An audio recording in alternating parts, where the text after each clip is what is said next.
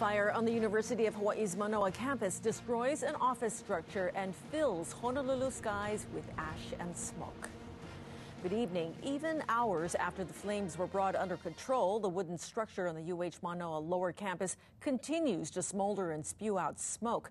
The building has been destroyed, but more importantly, some of its contents, payroll and student loan records, may be gone forever. KITV4's Shane Enright is live at the scene. Shane, what's the situation now? Well, good evening, Pamela. A portion of Lower Campus Road is still closed tonight as Honolulu firefighters are still trying to extinguish this fire. It's been about 9 hours since the fire started, which destroyed a UH portable office building. And although it wasn't necessarily a huge fire, I spoke with a fire captain who says the roofing construction had multiple layering, which made it difficult for firefighters to access the fire. But we are told the firefighters do expect to have this fire completely out within the next 2 hours, and there is actually some good news to report. The UH men's volleyball game is still on. The entrances off of University Avenue and Wailea are open to motorists. Reporting live, Shane Enright, KITV4 News. Thank you, and we will go back to Shane later, live for an update. The fire first broke out just after 8 o'clock this morning in a wooden structure on Lower Campus Road across from the Stan Sheriff Center. KITV4's Jody Leong continues our team coverage. The flames broke out in the University of Hawaii's Fiscal Management and Procurement Office. Campus security first saw a huge black cloud of smoke. I saw flames coming out from about maybe like 4 windows, just gushing out, coming up to the roof.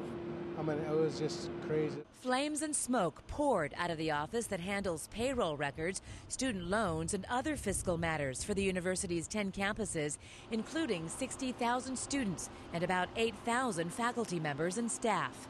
There is a substantial amount of records that are on paper, and we suspect that may be items that are lost or damaged by water.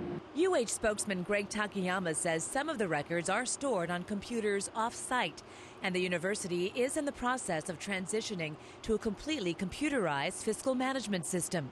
But that's not completed yet. That's still several months away. So there will be substantial loss in terms of records, we believe, at this point. But Takayama says the UH is uncertain how much information is still retrievable from office computers and stacks of papers, and if payroll will be affected. Because until we have a chance to go in there and find out what records have been damaged and what records are still retrievable, we won't know for certain. But even after firefighters brought the initial flames under control, dark smoke continued to billow from the 30-year-old wooden structure. We have a lot of contents in the building, so we do have a lot of paperwork, equipment, electronics that we're trying to deal with. 3 hours after the fire broke out, flames ignited again. Fire officials say the problem is the spaces between the walls and between the ceiling and the rooftop. There's a drop ceiling in there right now that we're pulling out, and then there's a space between that and the roof space itself that we have to access. A firewall separated the unit from adjoining offices and kept the fire from spreading. At the University of Hawaii at Manoa, Jody Leong, KITV4 News. And now we're back live with Shane Enright at the scene of the fire. Shane, with all of these important documents gone, what could be the impact to UH?